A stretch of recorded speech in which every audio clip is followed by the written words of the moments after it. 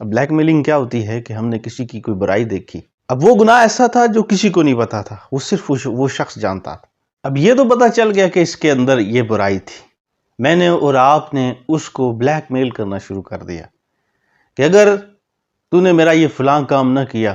تو میں تمہارا یہ گناہ لوگوں کو بتا دوں گا، تمہارا یہ عیب لوگوں میں ظاہر کر دوں گا، اس کی اشاعت کر دوں گا، لوگوں کو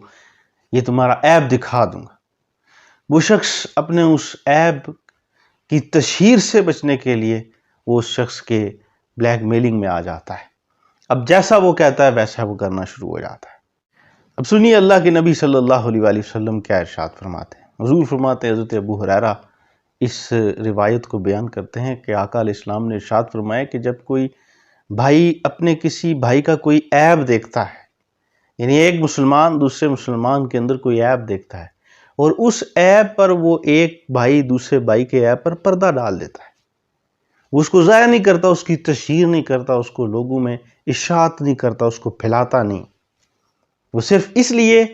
اللہ کی رضا کے لیے اپنے اس بھائی کا جو عیب ہے وہ چھپا لیتا ہے، اس کو رکھ لیتا ہے، وہ ظاہر نہیں کرتا لوگوں میں۔ واقع رحمت صلی اللہ علیہ وآلہ وسلم ارشاد فرماتے ہیں کہ روز قیامت ہوگا،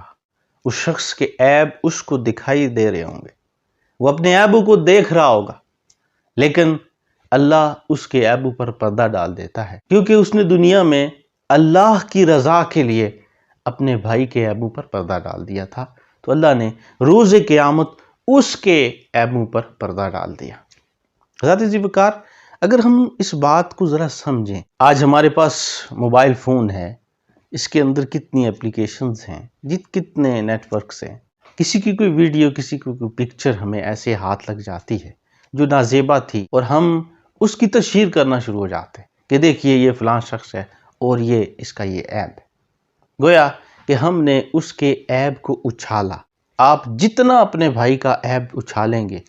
اللہ تعالیٰ آپ کو روز قیامت بھی اسی طرح ذلیل و رسوا کرے گا۔ حضرات جی وقار، اس بات کو ذرا سمجھیے کہ جب آپ کسی کی پردہ پوشی کرتے ہیں تو روز قیامت پھر اللہ